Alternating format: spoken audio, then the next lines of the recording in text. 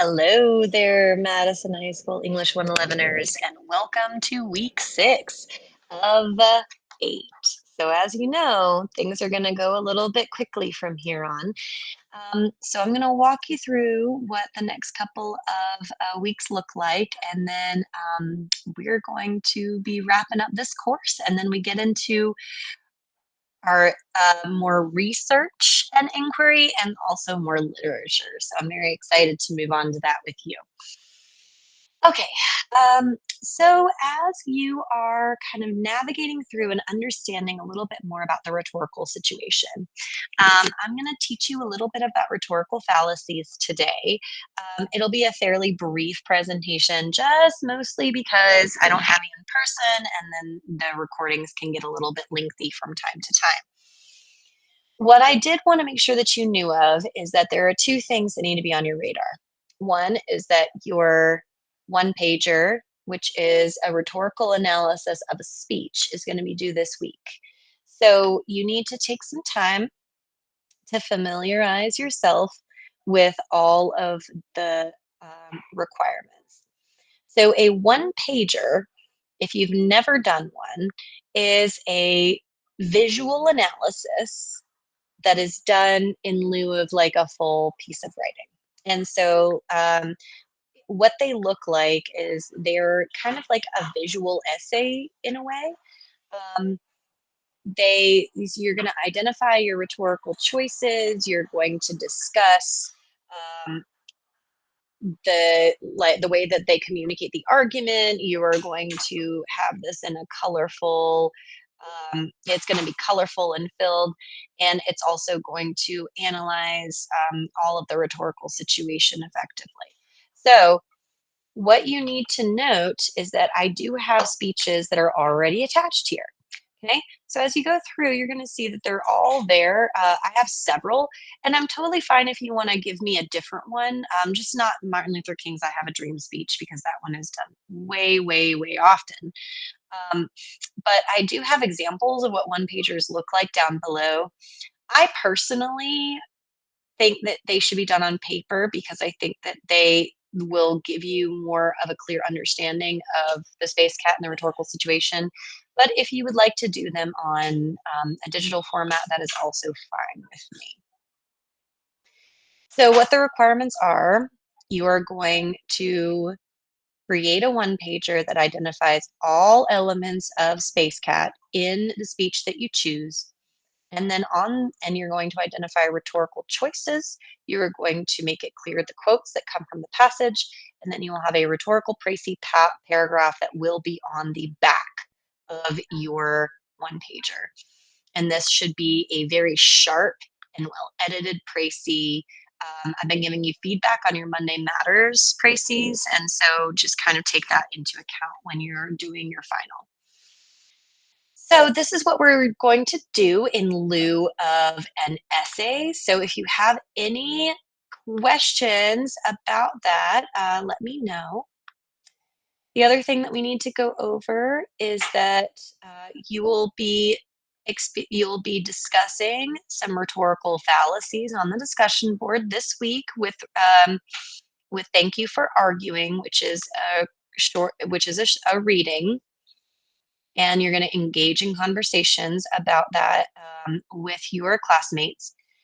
But what I did need to make sure that you were clear on is that the final exam will be coming up. So you are going to put a pitch here of what you would like to do for your final exam. And so it's going to basically just kind of outline like what you're thinking about doing, and then what are the opposing viewpoints that people have. So here, once you if because you're probably like, oh my God, what final exam? So the final paper is a standard for all AV Tech students. So what you'll do is it is a 3 to 5 page researched argument. You have to have a clear debatable argument. You have to consider your purpose and audience with the rhetorical situation, use persuasive techniques, and then also you will be using outside sources, at least three, one or two, sorry, back up. One has to be a peer-reviewed article, one has to be a credible source, and then the other one can be a multimedia source. But your topic just has to be on a topic that can be narrowed, specific, and research supported. So, as you are thinking, there are some topics that we have already started like thinking about, like social media, pop culture, current trends, burning questions. So, you can come up with whatever the topic is that you want to explore in more detail. So I know that talking about the final exam is always a little bit stressful, but I do want you to know that it's coming up sooner rather than later, and this way you can start brainstorming it as you are developing your ideas. Okay, so the last thing I'm going to talk to you about for the week, and then I'm going to let you go, is there is a rhetorical fallacy section here, which is not only looking at good arguments, but also looking at arguments or where you have poor argumentation. So as you are going through this, I am already getting a little long winded. And so I am going to give this to you as some notes so you can go through it. There is no, you do not have to memorize all of these, but these are ways in which not only you establish a good argument, but also things that you look at that are poor arguments. So, for example, you may hear the term logical fallacies.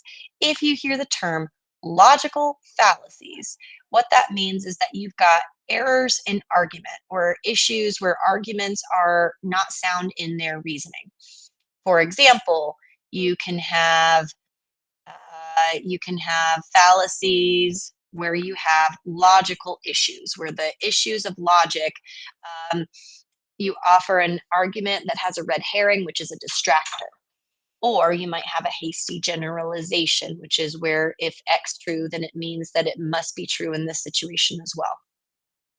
There is false analogy, straw man argument, circular reasoning, ad hominem attacks, false authority, bandwagon fallacy, stacking the deck, slippery slopes. A slippery slope is like if this happens, then inevitably the worst will possibly occur.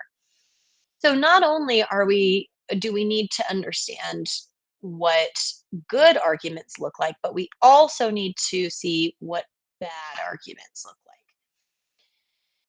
All right. So without kind of taking forever and a day to get through the material here, um, I look forward to seeing what you all decide to come up with your one pager and see what your pitches look like. Also, just take some time to look through your grades and set some goals for the next couple weeks. And I hope you all have a wonderful rest of your week. Thank you so much, and bye bye.